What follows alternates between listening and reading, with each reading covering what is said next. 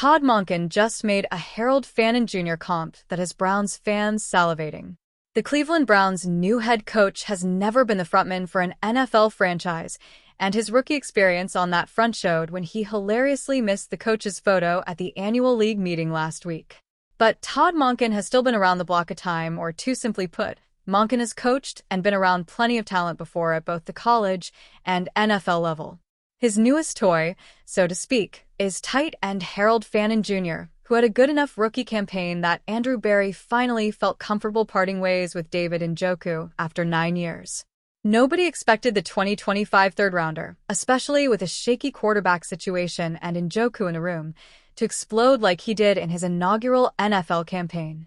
But Monken, who watched from the AFC North rival Baltimore Ravens sideline, is already making hefty comparisons for Fannin. Todd Monken compares Cleveland Browns' Harold Fannin Jr. to Brock Bowers. When speaking with Zach Jackson, the Browns beat writer for The Athletic, Monken went into detail about why Fannin Jr. reminds him of former Georgia Bulldogs and current Las Vegas Raiders tight end Brock Bowers, which should have fans foaming at the mouth. To dumb down the football jargon, both Bowers and Fannin Jr. are incredibly versatile, can do pretty much everything on the football field, and are electric pass catchers. Monken, of course, was Bowers' offensive coordinator at Georgia for 2 years and helped mold him into a top NFL prospect. Bowers hit the ground running in the NFL, earning first-team All-Pro honors in 2024, despite a horrendous quarterback situation in Las Vegas. He continued to shine in an injury-riddled second campaign with an even worse environment. As bad as the Browns have been in the last 2 years, their offense has never been as dysfunctional as the Raiders, and it especially shouldn't be with Monken dialing up the plays. Monken helped Mark Andrews and Isaiah likely reach new levels in Baltimore, and he can do the same with Fannin Jr.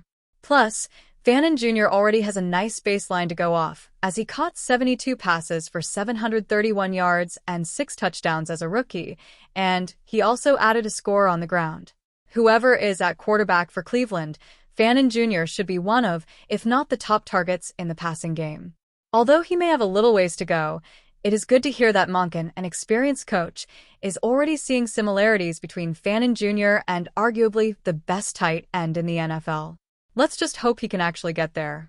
Todd Monken, never one to waste words, leaned into the mic and casually dropped a comparison that felt anything but casual. Harold Fannin Jr., he suggested, has shades of a certain kind of player. Not a safe comparison. Not a polite one. The kind that makes a fan base sit up, replay the clip, and start imagining things they probably shouldn't yet. And just like that, Browns fans were hooked. Because hope in Cleveland doesn't arrive gently. It crashes in, loud, emotional, and a little reckless. And Monken's comp? That was gasoline. Fannin isn't the kind of prospect that overwhelms you at first glance. He doesn't walk into the room with that sculpted, superhero silhouette that screams top 10 pick. There's no theatrical aura. No instant mythology.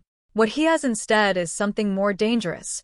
Production, instinct, and a kind of football intelligence that doesn't photograph well, but shows up everywhere else.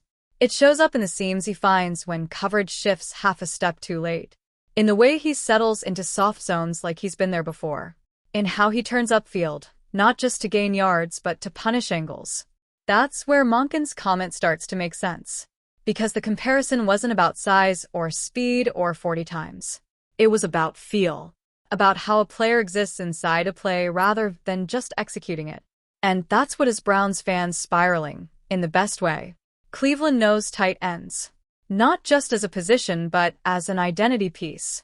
The gritty, over-the-middle, chain-moving kind of player who becomes a quarterback's safety blanket and a defense's slow-burning nightmare.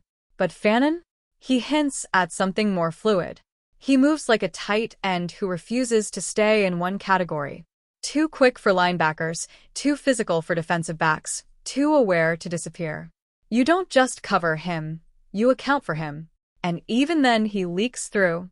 Monken's comparison, left intentionally hanging in the air, nudged fans toward a specific archetype, the modern mismatch weapon. The kind that doesn't just fit into an offense, but reshapes it. That's where the salivating begins. Because Cleveland hasn't just been searching for talent. They've been searching for identity on offense. Something reliable, yes, but also something unpredictable. Something that bends defenses instead of reacting to them. And suddenly, Fannin feels like a piece of that puzzle.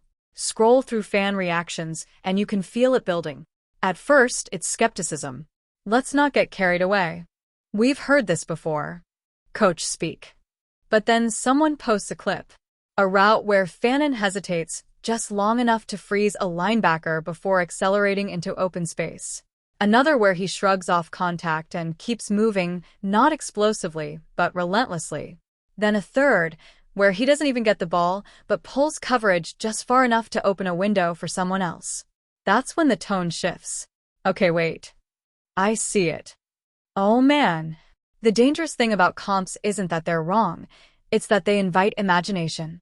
They turn a player into a projection, a possibility, a what-if that fans can't help but chase. And in Cleveland, imagination runs deep. Because they've lived through the opposite. Potential that never materializes, flashes that fade, comparisons that age poorly. So when something feels different, when it's rooted in nuance instead of hype, it hits harder. Monken didn't just praise Fannin. He framed him. He suggested that this isn't just a player who fills a role. This is someone who could expand one. Of course, reality will come. Training camp reps missed assignments. The grind of adjusting to NFL speed. The inevitable moments where promise collides with complexity. Fannin will have to earn every ounce of that comparison. He'll have to prove that what worked on Saturdays translates to Sundays, where windows close faster and hits land harder. But right now is the space where belief lives. And Browns fans are very, very good at living in that space, especially when given a reason. Because it's not just about Fannin. It's about what he represents.